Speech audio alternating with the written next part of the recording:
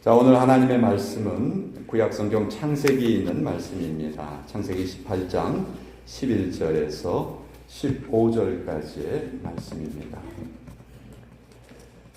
하나님께서 아브라함을 찾아가셨던 그 이야기죠. 우리 11절부터 15절까지 우리 같이 읽겠습니다. 시작. 아브라함과 사라는 나이가 많아 늙었고 사라에게는 여성의 생리가 끊어졌는지라. 사라가 속으로 웃고 이르되 내가 노쇠하였고 내 주인도 늙었으니 내게 무슨 즐거움이 있으리요. 여호와께서 아브라함에게 이르시되 사라가 왜 웃으며 이르기를 내가 늙었거늘 어떻게 아들을 낳으리요 하느냐. 여호와께 능하지 못한 일이 있겠느냐. 기한이 이를 때 내가 내게로 돌아오리니 사라에게 아들이 있으리라. 사라가 두려워서 부인하여 이르되 내가 웃지 아니하였나이다. 이르시되 아니라 네가 웃었느니라. 하나님의 말씀입니다. 아멘. 우리 잠깐 기도하겠습니다. 아버지, 이 시간 주님 앞에 고개 숙인 우리 성도님들에게 말씀을 통한 하나님과의 만남을 다시 한번 허락하여 주시옵소서. 이 만남을 통해 우리의 생애가 하나님께 쓰여지는 복된 삶이 되기를 원합니다. 오늘도 성령님의 빛을 우리 각자의 마음에 강렬하게 비춰 주시옵소서. 예수님의 이름으로 기도합니다. 아멘. 자, 여러분, 예수님을 믿고 우리가 신앙생활을 해가면서 여러분의 삶의 형편이 매일매일 나아지고 계십니까? 혹시 전보다 더 형편이 어려워지시거나 그런 분들 없으신가요? 우리 믿음의 길을 걸어가면 우리 앞에 쫙 탄탄대로가 열리고 하는 일마다 다 잘 되고 그러면 얼마나 좋을까요? 그러나 순간순간 그렇지 않은 경우도 참 많이 있는 것 같아요. 자, 오늘 아브라함 이야기를 좀 살펴보려고 하는데요. 아브라함은 하나님께 약속을 받았어요. 어떤 약속이냐면 하나님이 분명하게 내가 너에게 아들을 주겠다. 근데 그 아들도 엄청나게 그 자손이 불어날 것이다. 이렇게 약속하셨거든요. 창세기 13장 16절에 보면 내가 네 자손이 땅에 티끌 같게 하리니 사람이 땅에 티끌을 능히 셀 수 있을진데 네 자손도 세리라. 그러니까 뭐 얼마나 많은 자손을 주시겠다고 약속하신 거예요. 엄청나게 많은 자손을 주겠다. 그리고 아브라함은 이것을 정말 굳게 잘 믿었어요. 근데 아브라함이 이렇게 하나님의 약속을 받고 그것을 잘 믿었지만 아브라함이 마주한 현실은 좀 달랐습니다. 오히려 그 약속의 성취로부터 점점 더 멀어지는 것처럼 보였어요. 자식이 없는 거예요. 그러니까 아브라함이 당연히 흔들릴 수밖에 없죠. 아브라함이 그래서 대안을 찾아요.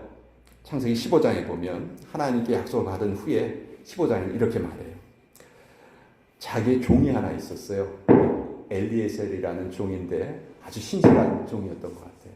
그래서 아브라함이 내가 이 종을 나의 상속자로 삼아야 되겠다.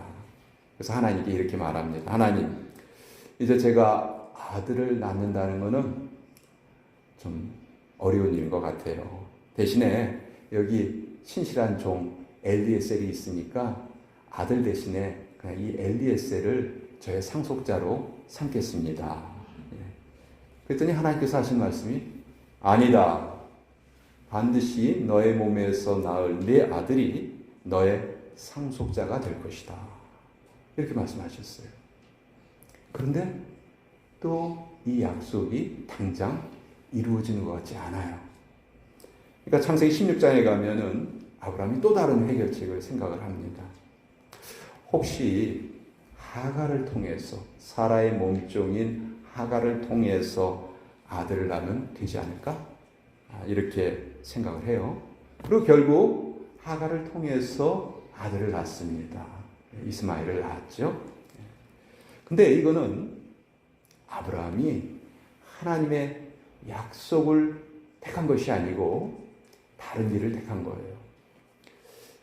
아브라함이 이스마엘을 낳은 이 사건은 자기의 힘으로 문제를 해결하려고 했던 겁니다. 여러분, 우리가 이게 늘 빠지기 쉬운 실수예요. 기다리기는 뭘 기다려. 그냥 빨리 내 힘으로 해결하지 뭐. 그런데요, 우리 인간의 능력은 그렇게 대단하지 않거든요. 내가 뭘 해결하는 것처럼 보여도 곧 한계를 드러내게 돼요. 겉으로는 풀리는 것 같아요. 그런데 조금 지나면 더 큰 위기를 만나게 됩니다. 자, 지금 아브라함이나 사라나 점점 나이가 들어가고 있어요. 현실적으로 아이를 낳을 수 있는 가능성은 점점 멀어지고 있어요. 근데 왜 하나님은 이 과정 중에 잠잠히 계실까? 왜 약속을 하셨는데 이루어주지 않으시고 기다리게 하실까? 아브라함과 사라에게는 정말 최악의 시간이 계속 다가오고 있거든요. 그 최악의 시간을 향해서 가는 아브라함과 사라에게 하나님 과연 뭘 원하고 계시는 걸까? 저는 오늘 이거를 여러분과 좀 나누려고 하는데, 결론적으로 말하면 하나님께서 이 과정을 통해서 아브라함과 사라에게 꼭 이루기를 원하셨던 것은 그들의 믿음이 자라게 하시는 것을 원하셨던 거예요. 우리가 하나님을 잘 믿는다고 하지만 우리 인간에게는 한 가지 은사가 있는데, 무슨 은사가 있냐면 일을 꼬이게 하는 은사가 있어요. 푸는 게 아니에요. 더 엉키게 해요. 우리가 지금까지 살아온 과정을 이렇게 돌아보면 내가 문제를 더 복잡하게 만들었던 경우가 너무 많아요. 아브라함 역시 자기 힘으로 낳은 이스마엘이 결국은 큰 문제를 만들어냅니다. 나중에 이 이스마엘 때문에 집안에 엄청나게 큰 갈등이 생겨요. 우리도 그래요. 최악의 상황이 다가올 때 우리는 하나님께 더 열심히 매달려야 돼요. 근데 그런 때가 되면 우리는 뭘 하려고 하면 내가 좀 뭘 어떻게 한번 해보려고 할까. 그래서 길을 쓰고 결국은 문제를 더 힘들게 하고 더 큰 일을 만듭니다. 여러분, 하나님께서는 우리의 힘으로 우리의 문제를 푸는 것을 절대로 원하지 않으십니다.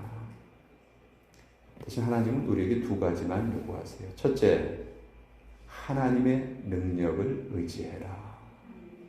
둘째, 하나님의 때를 기다려라. 여러분, 믿음이 다른 게 아니에요. 이것에 복종하는 것이 믿음이에요.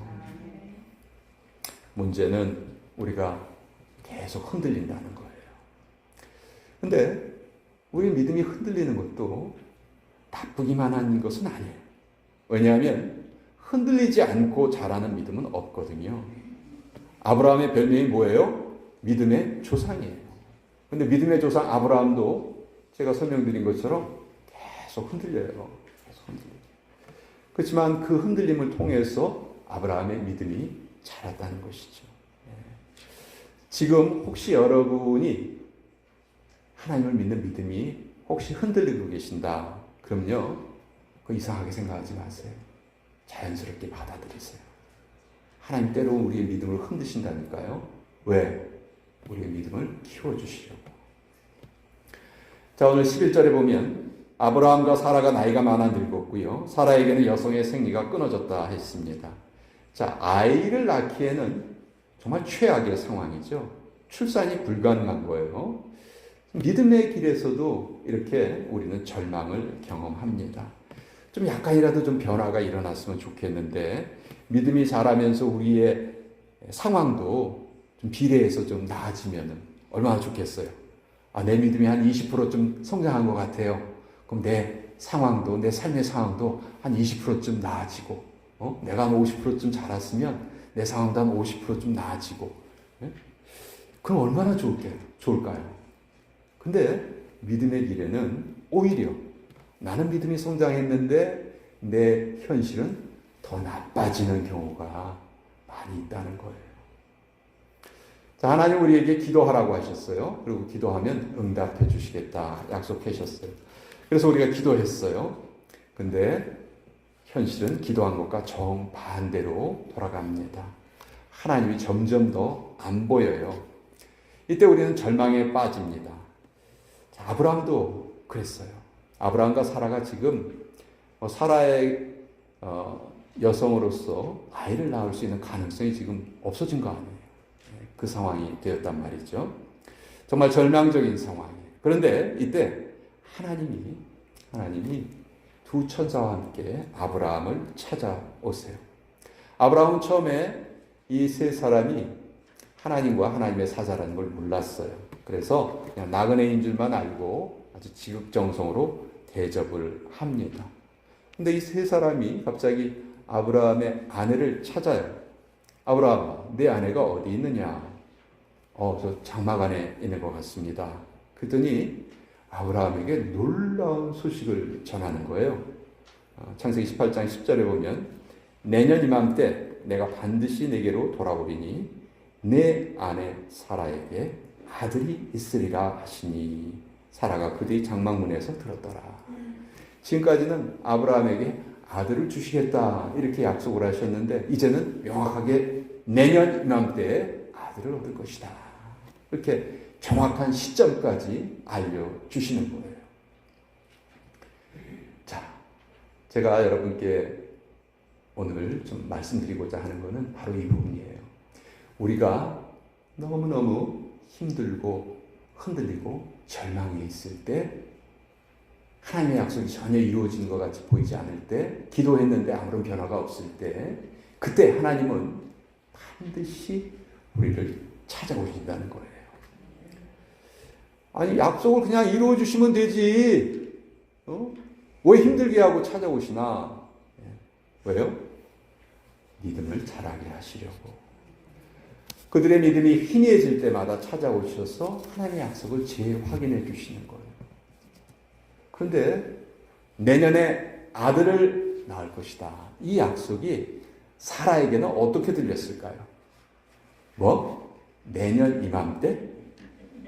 내년이면 내가 한 살 더 늘어나는데? 금년에도 내가 생리가 끊어져서 금년에 낳는 것도 불가능한데? 내년에? 요새 젊은이들이 쓰는 말로는 헐. 사라는 어이가 없는 거예요. 그래서 속으로 웃어요. 근데 하나님이 그 사라가 웃는 걸 아셨어요.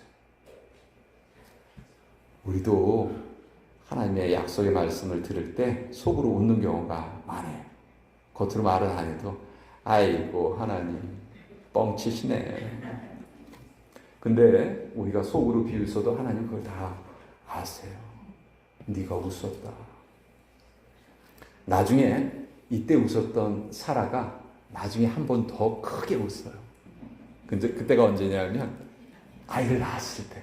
창세기 21장에 가면 사라가 이르되 하나님이 나를 웃게 하시니 듣는 자가 다 나와 함께 웃으리로다. 처음에 사라가 웃었던 웃음은 하나님의 약속을 못 믿는 웃음이었지만 나중에 이루어진 그 약속에 대해서 하나님이 사라가 너무 크게 웃는 거예요. 하나님은 약속을 지키셨습니다. 그래서 아브라함의 아들의 이름이 뭐예요? 이삭이고 이삭의 뜻이 뭐예요?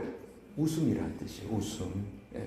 그러니까 사라는 그 이삭을 볼 때마다 이삭의 이름이 웃음이라는 그것을 느끼고 내가 옛날에 하나님의 약속 받았을 때 내가 웃었지. 이런 걸 아마 계속 기억했을 것 같아요.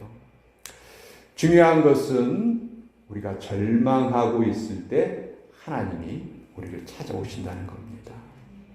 여러분 우리 현실의 상황은요. 그때 달라요. 좋아질 수도 있고 나빠질 수도 있어요. 중요한 것은 그 상황에 하나님이 우리를 찾아오신다는 거죠. 사실 우리는 상황이 바뀌어지길 바라요. 그렇죠? 하나님 찾아오실 필요 없어요. 그냥 상황만 바꿔주세요.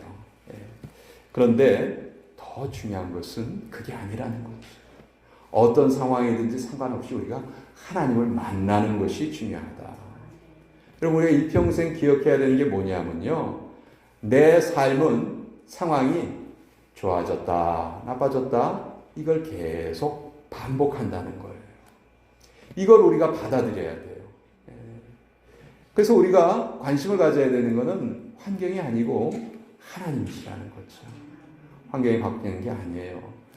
중요한 것은 우리를 만나주시려고 우리에게 찾아오시는 하나님을 만나는 것이다. 하나님은 반드시 우리를 버리지 않고 찾아오세요.